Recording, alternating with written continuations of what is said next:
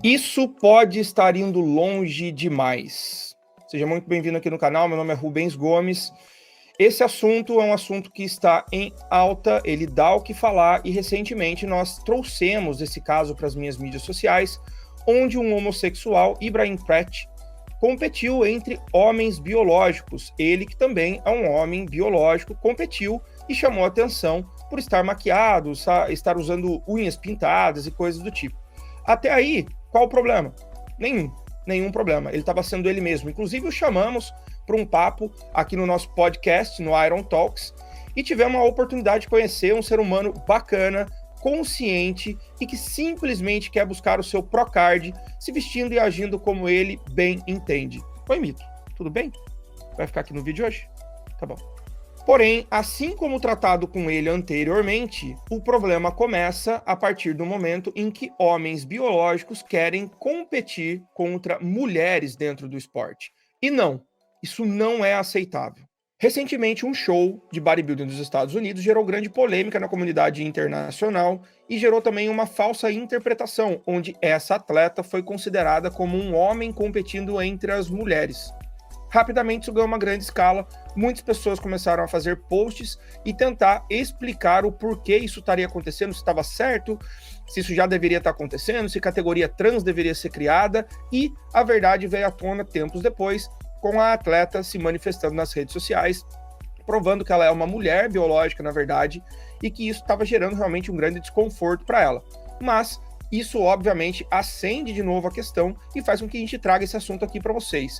É correto homens biológicos competirem entre mulheres? Por mais que exista uma briga e homens trans, mulheres trans, queiram e devam ser, sim, compreendidos, respeitados e aceitos na sociedade, quando a gente fala em performance e treinamento, o assunto fica um pouco mais complexo. E esse vídeo é uma amostra com dados científicos mostrando por que alguém como eu, que trabalha com performance já há mais de 20 anos, é extremamente contra homens competirem contra mulheres. Inicialmente eu vou fazer uma revisão sobre o meu esporte, o bodybuilding. O bodybuilding é um esporte que preza, obviamente, por simetria, muscularidade ou volume muscular e definição muscular. 3 fatores que são amplamente influenciados pelo gênero de nascimento. E é sobre isso que a gente quer discutir aqui. Porque quando falamos em proporção, espera-se um tipo de proporção de um homem em categorias masculinas e outro de mulheres em categorias femininas. Uma vez que você faça a transição, mesmo hormonizando, que é um assunto ainda mais delicado, você não consegue se ajustar a esses padrões de simetria na maioria dos casos, tá bom? Os dados que nós traremos aqui hoje são baseados em evidências científicas e jornais extremamente sérios, então isso não expressa uma opinião baseada em ideologia da minha parte, ok? Não tem absolutamente nada contra nenhuma das classes, nenhum tipo de pessoa, seja ela de qualquer cor, de gênero, de raça ou qualquer outra diferenciação. O que nós estamos tratando aqui é sobre o esporte e a injustiça que ocorre quando existe uma desvantagem por parte de alguns competindo contra seres mais privilegiados geneticamente, metabolicamente e hormonalmente, ok? Então vamos tratar primeiro das diferenças estruturais. A primeira diferença estrutural que existe entre homens e mulheres: massa muscular. Naturalmente, homens desenvolvem mais massa muscular ao longo da vida do que mulheres. Isso por conta da ação de um hormônio que nós vamos tratar daqui a pouco, chamado testosterona. Número 2, composição corporal. As mulheres têm naturalmente um acúmulo de gordura maior ao longo da vida, também pela ação dos hormônios sexuais que nelas são produzidos, em maioria se comparado aos homens. Isso pode afetar a distribuição de peso geral e a resistência física desse indivíduo. Número 3, tamanhos e dimensões ósseas. Homens têm uma tendência a ter densidade óssea maior do que as mulheres, o que pode afetar no padrão de força e de desenvolvimento geral e também de deslocamento. Não bastante, existem ainda diferenças hormonais. A primeira diferença é com os níveis de testosterona. A testosterona é um hormônio predominantemente masculino e que é desenvolvido durante toda a vida de um homem biológico. Isso geraria uma vantagem enorme no desenvolvimento de massa muscular, nas aptidões físicas, no ganho de força e na recuperação. E existem ainda o estrogênio e a progesterona, 2 hormônios sexuais que têm uma produção aumentada nas mulheres. Esses hormônios geram uma acomodação de gordura maior nas mulheres e que criam também aquele aspecto do tecido mamário, que diferencia visualmente mulheres de homens. Além disso, existem diferenças metabólicas entre os dois. A primeira delas é no metabolismo basal.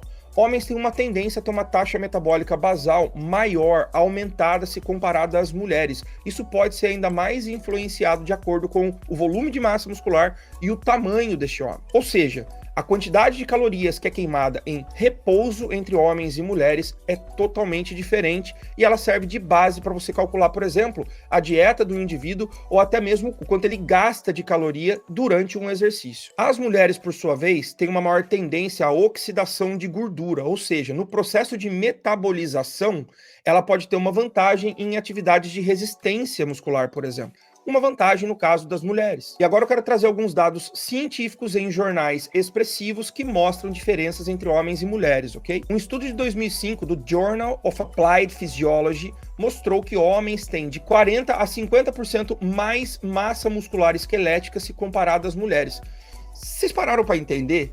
40% a 50% maior massa muscular se comparado às mulheres. Imagina só a vantagem física que isso já garante aos homens, simplesmente por serem homens. Neste mesmo jornal, porém em 1992, estudos demonstraram que homens têm maior vantagem na capacidade aeróbia e anaeróbia se comparado às mulheres. Isso por conta dos ajustes hormonais e metabólicos que os homens sofrem desde o seu nascimento. E o Journal of Strength and Conditioning Research, em 2018, aferiu que a taxa metabólica basal de homens é de 5 a 10% maior do que mulheres, isso escalonado com o tamanho corporal, ou seja, quanto maior o indivíduo, maior pode ser essa diferenciação. Rubens, isso quer dizer que mulheres nunca terão marcas tão expressivas quanto os homens? Não, absolutamente. Muitas mulheres, obviamente, se sobrepõem às marcas de homens em provas como natação, atletismo, esportes coletivos, esportes individuais, de força, de resistência.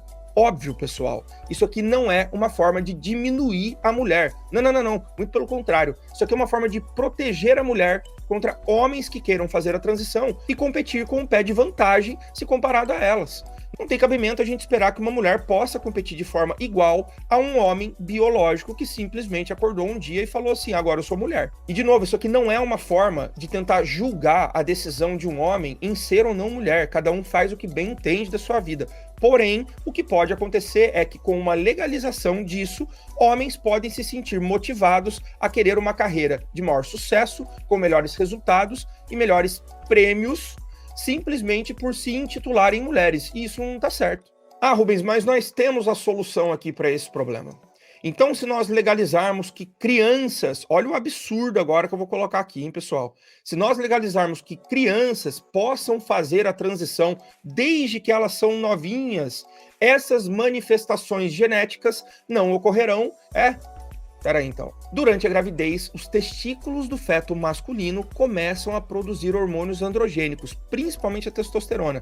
E isso já altera a expressividade desse feto que vai se desenvolver em um ser humano, tanto no crescimento de pelo, como do timbre da voz, do ganho de massa muscular e da força na gravidez. Enquanto que os fetos femininos, nesse mesmo período, estão formando órgãos e estruturas femininas, como ovário, vagina, trompas, que vão fazer com que a taxa de testosterona seja muito menor e hormônios femininos acham em demasia na formação desse feto. Existem ainda diferenças nos padrões de expressão gênica, ou seja, a genética do indivíduo já começa a sofrer alteração mediante ao sexo biológico desse indivíduo. Por exemplo, tem um gene que se chama SRY no cromossomo Y, que ele é exatamente responsável em ativar e aumentar a produção de testosterona nos testículos. É ele que forma o testículo no feto masculino. E é exatamente esse gene que leva a uma cascata de produções de hormônios masculinos a partir de então.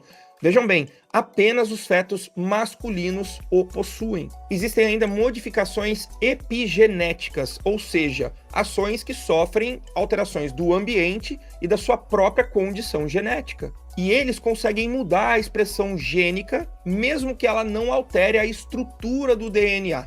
Olha que interessante. Então, o DNA mantém-se parecido com o do sexo oposto, mas a sua expressão gênica começa a ganhar características específicas de cada sexo biológico. Esse processo complexo de diferenciação sexual, ele já começa a acontecer no embrião, na expressão genética, ou seja, independente do que essa pessoa vai decidir no futuro, independente do que um pai ou uma mãe queira para essa criança, já começa uma cascata de ações extremamente complexas e minuciosas, transformando homens em homens, mulheres em mulheres biológicos. E é importante que a gente leve isso em consideração quando a gente fala de esporte. Não bastante, é ainda mais preocupante. Quando esses seres já estão formados, existem diferenciações muito nítidas e claras entre ambos os sexos. Eu vou elencar algum deles aqui para vocês. Altura. Em média, homens têm de 10 a 13 centímetros mais do que uma mulher. E esse estudo é um estudo global. Obviamente que algumas culturas vão ter uma diferença menor e outras culturas, outros povos terão uma diferença maior. Mas a diferença global entre homens e mulheres é de 10 a 13 centímetros. Massa corporal, e nisso leia-se massa muscular, tá? Vocês viram que homens têm uma tendência a ter de 40% a 50% mais massa muscular esquelética quando formados, se comparado a uma mulher. Imagina na produção de força e resistência o quanto isso não impactaria. Massa gorda, mulheres têm uma tendência a ter um tecido adiposo maior do que o dos homens exatamente pela ação dos hormônios.